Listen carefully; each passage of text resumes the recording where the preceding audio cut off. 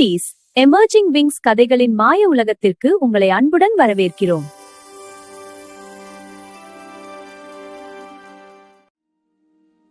ஒரு அழகான கிராமத்தில் அருணி என்ற ஒரு சிறுமி வாழ்ந்து வந்தாள். அவளுக்கு இயற்கை என்றால் மிகவும் பிடிக்கும். மரங்கள், பறவைகள், காற்று, மழை என அனைத்தும் அவளுக்கு நண்பர்கள் போல. அவள் தன் கிராமத்திற்கு அருகில் இருக்கும் காடு எப்படி இருக்கும் என்ற ஆவலில் ஒரு நாள் யாருக்கும் தெரியாமல் அந்த காட்டிற்குள் சென்றாள். அங்கே பச்சை மரங்கள், மலர்களின் இனிய வாசனை, பறவைகளின் இசை அனைத்தும் அவளின் மனதை அமைதியாக்கின. பசுமை போர்வை போர்த்திய அந்த காட்டில் இருந்த ஒரு நீர்வீழ்ச்சியின் சத்தம் அவள் காதில் விழுந்தது. அந்த சத்தம் வந்த திசையை நோக்கி நடந்த அருணி ஒரு அற்புதமான நீர்வீழ்ச்சியை பார்த்தாள். அந்த நீர்வீழ்ச்சியின் அருகே ஒரு குதிரை தண்ணீர் குடித்துக் கொண்டிருந்தது.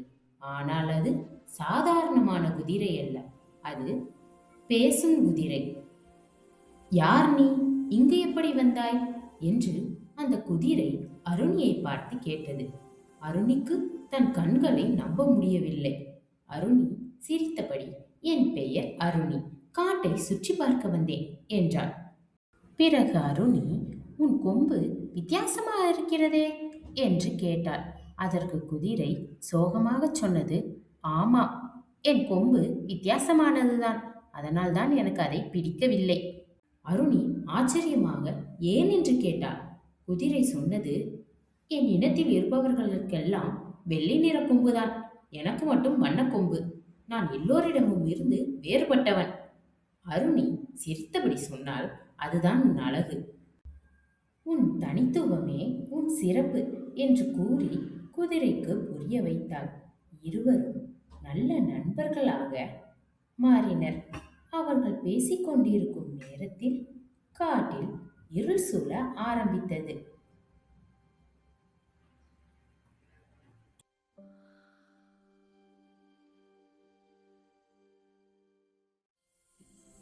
அப்பொழுது குதிரையின் கொம்பு தானாக ஒளிர்ந்தது.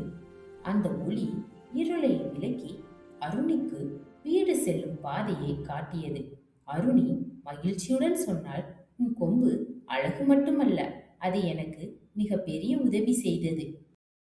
அந்த வார்த்தைகளை கேட்ட குதிரை முதல் முறையாக தன் தனித்துவத்தை பற்றி பெருமை கொண்டது. புதிய கதைகள் மற்றும் பாடல்களுக்கு எமர்ஜிங் விங்ஸ் சேனலை சப்ஸ்கிரைப் செய்யுங்கள் குட்டீஸ்.